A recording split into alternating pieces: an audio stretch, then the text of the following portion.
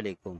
इसी तरह से हमारे पास नेक्स्ट है लॉगरिथम हैविंग बेस 10। बेस 10 वाले को हम कॉमन लॉग बोलते हैं और बेस ई वाले को हम नेचुरल लॉग बोलते हैं। इसी तरह याद रखिए कि लॉग 1 0 के बराबर होता है और लॉग 10 1 के बराबर होता है। ये दो आप ऐसे ही याद रख सकते हैं कि लॉग 1 0 और लॉग 10 1 के बराबर। Fractional part of logarithm. अब लॉगरिथम का कोई भी, जैसे कि ये अगर हम देख लें तो इसमें पॉइंट से पहले वाला जो होल पार्ट है उसको कैरेक्टरिस्टिक बोलते हैं और पॉइंट के बाद जो फ्रैक्शनल पार्ट है उसको हम मैंटीसा बोलते हैं। अब अगले सवाल में लॉग 512 मालूम करना है। आप कैलकुलेटर से बाय यूजिंग लॉग टेबल से इसको निकाल सकते हैं। इसका आंसर ये आएगा। इसके बाद वाले सवाल में आपके पास चेंज टू बेस प्रॉपर्टी लगाई गई है और चेंज टू बेस प्रॉपर्टी के अंदर आपके पास जैसे कि अगर हम देखें कि लॉग है और इसकी बेस जो है आपके पास m है और इसकी वैल्यू n है, तो ये किसके बराबर होगा? तो इसको हम लिख लेते हैं कि सबसे पहले वाला ये n आता है, उसके बाद m आता है, यानी हम सबसे पहले ये लॉग लिखेंगे और ऊपर में n लिखेंगे और नीचे फिर लॉग लिखेंगे और नीचे इसकी वैल्यू m लिखेंगे और जो हमारे को इसकी बेस चेंज करनी है, फॉर एग्जांपल हमें a चेंज करनी है तो यहाँ a और a लिख देंगे। तो ये वाली प्रॉपर्टी इसके अंदर दी गई है log m n, यानी ये इधर लिखा गया है और जो कि बराबर है किसके, log a n, वो ये वाला आ गया और ये मल्टीप्लाई से अगर डिवाइड में यहाँ आएगा तो ये आ जाएगा। तो इसी प्रॉपर्टी को यहाँ से डिवाइड से इसको मल्टीप्लाई में लेके जाने के बाद इसको लिखा गया है, तो यानी ये इसके बराबर है। इसके बाद आपके पास the exponential form of x equal to, तो आपके पास एक्सपोनेंशियल फॉर्म पूछी गई है, ये लोगरिथमिक फॉर्म के अंदर दिया गया है। तो लोगरिथमिक फॉर्म के अंदर x आपके पास वैल्यू है और log a आपके पास बेस है, सॉरी x आपके पास पावर है, a आपके पास बेस है और ये वैल्यू है। तो हम ये लिख सकते हैं कि बेस पहले लिखा जाता है, तो बेस आपके पास इधर a दिया हुआ है और हमारे पास जो है वैल्यू ये है, a की वैल्यू यहाँ x दी हुई है इक्वल टू, और ये y इधर इसकी पावर होगी, तो ये लिख दी गई। इसी तरीके से हमारे पास the logarithmic form of a10 equal to y। अब इसको वापस लॉगरिथमिक में फॉर्म में लिखना है तो लॉग लिखेंगे और जो छोटा सा हमारे पास आता है वो बेस आता है, तो यहाँ बेस a है और y इसकी जो है वैल्यू है, तो वैल्यू यहाँ 10 आ जाएगी इक्वल टू आएगा आपके पास, और ये जो 10 है ये पावर है, तो इक्वल टू के बाद हम 10 लगा देंगे, तो ये देखें कुछ इस तरह हो जाएगा। इसी तरह आपके पास एक प्रॉपर्टी दी है log ba और log ab। अगर यहाँ पर बेस और वैल्यू क्या रेसिप्रोकल हो जाए, चेंज हो जाए, तो वो 1 के बराबर होता है। इसी तरह फिर एक लॉगरिथमिक की प्रॉपर्टी है कि लॉगरिथम अगर डिवाइड हो रहे हो तो वो माइनस होंगे। जिस तरह ऊपर मल्टीप्लाई हो रहे थे प्लस हो गए, तो इसी तरह डिवाइड हो तो माइनस हो जाएंगे। इसी तरह आपके पास फिर एक सवाल में log 10 इंटू लॉग 10, तो हमने पीछे पढ़ा कि log 10 1 के बराबर होता है, फिर log 10 1 के बराबर होता है और मल्टीप्लाई हो तो ये प्लस हो जाते हैं, तो 1 + 1 हमारे पास 2 के बराबर आ जाएगा। फिर आपके पास है कि every polynomial is, her polynomial क्या होती है, एक रैशनल एक्सप्रेशन होती है, क्योंकि पॉलिनोमियल की जो पावर है वो हमेशा पॉजिटिव होती है, होल नंबर के अंदर होती है। तो जो भी नंबर होगा उसके नीचे अगर आप 1 लगा देते हैं तो वो एक रैशनल नंबर बन जाता है, तो ये एक रैशनल एक्सप्रेशन होगी। A surd which contains sum of two monomial surd is called, तो एक सर्ड जिसके अंदर कम से कम दो मोनोमियल हो, जैसे अगर ये एक मोनोमियल सर्ड है और इसी के साथ अगर मैं यहाँ पर कोई नंबर एक और ऐड कर दूँ तो ये दो टर्म हो गई, तो ये बाइनोमियल सर्ड हो जाता है, यानी दो वाला बाइनोमियल सर्ड हमारे पास हो जाएगा। इसी तरीके से ये क्या है, अगर यहाँ देखे जाए तो ये एक एक्सप्रेशन है। ये इक्वेशन तब होती कि जब इसके अंदर इज इक्वल टू का साइन होता, और ये इन इक्वेशन तब होती जब इसमें लेस देन या ग्रेटर देन का साइन होता।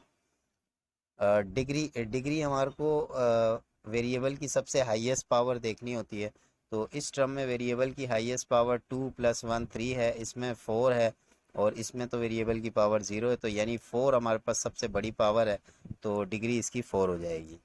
√7 ये मोनोमियल सर्ड है, जैसे ऊपर भी आया था, अगर इसमें एक टर्म और ऐड कर दी जाए तो वो बाइनोमियल सर्ड हो जाता है, तो ये सिंगल है तो मोनोमियल सर्ड है। इसी तरह आपके पास रैशनल एक्सप्रेशन की डेफिनेशन दी गई है कि अगर quotient px divided by qx हो और qx नॉट इक्वल टू 0 हो, तो ये एक अपॉन की हालत में लिखी गई एक्सप्रेशन होगी जो कि रैशनल एक्सप्रेशन बन जाएगी। इररेशनल एक्सप्रेशन के अंदर रेडिकल साइंस आपके पास होंगे, नेगेटिव पावर होगी। और पोलिनोमियल के अंदर होल नंबर में पावर होगी। इसी तरह आपके पास क्वेश्चन है कि 1/x minus Y minus 1/x plus Y is equal to. तो हमें क्या करना पड़ेगा, इनके डिनोमिनेटर सेम करने के लिए इसको x प्लस वाई से, इसको x माइनस वाई से मल्टीप्लाई करेंगे। तो पहले आपके पास x प्लस वाई आएगा, फिर आपके पास बीच में माइनस साइन है तो x आएगा, और ये माइनस जो है ये माइनस साइन की वजह से प्लस हो जाएगा तो x प्लस वाई आएगा। और जो नीचे है आपके पास एक दफ़ा ये माइनस में है, एक दफ़ा प्लस में है, तो a minus B A plus B का फार्मूला लगेगा जो कि A square minus B square यानी X square minus Y square हो जाएगा। तो अगर हम देखें ये माइनस से माइनस कैंसिल आउट हो जाएगा, Y plus Y 2y upon X square minus Y square, तो ये हमारे पास करेक्ट आंसर आ जाएगा। इसी तरह से हमारे पास कॉन्जुगेट, कॉन्जुगेट के लिए ये मिड का जो साइन है वो चेंज कर दें तो ये माइनस से प्लस हो जाएगा, तो ये इसका कॉन्जुगेट आ जाएगा।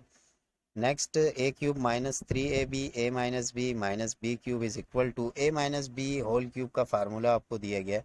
तो फार्मूले ए माइनस बी का भी याद हो, ये भी याद हो, ये भी याद हो और ये भी याद हो। इसी तरह से अगर a प्लस बी 5 के बराबर हो, a माइनस बी 3 के बराबर हो, देन वैल्यू आपको वैल्यू फाइंड आउट करनी है इसकी, वैल्यू ऑफ ए बी की वैल्यू फाइंड आउट करनी है। तो ए बी के लिए हम फार्मूला लगा सकते हैं 4ab का।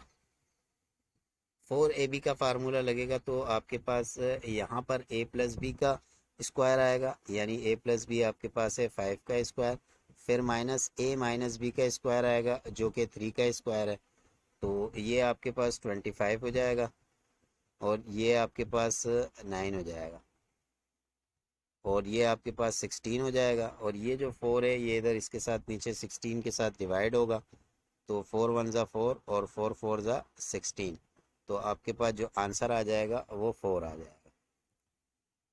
इसी तरह से नेक्स्ट क्वेश्चन है आपके पास, a plus B A minus B का फार्मूला लगा दें इसके अंदर, तो 5 का भी स्क्वायर हो जाएगा यानी पहले नंबर का स्क्वायर, फिर बीच में प्लस माइनस माइनस और अंडर रूट 15 का भी स्क्वायर हो जाएगा, और हमारे पास स्क्वायर से रूट कैंसिल आउट हो जाएगा, और यहाँ पर ये 25 हो जाएगा, और बीच में माइनस और ये 15 होगा तो बचेगा आपके पास 10, तो हमारे पास 10 करेक्ट आंसर है।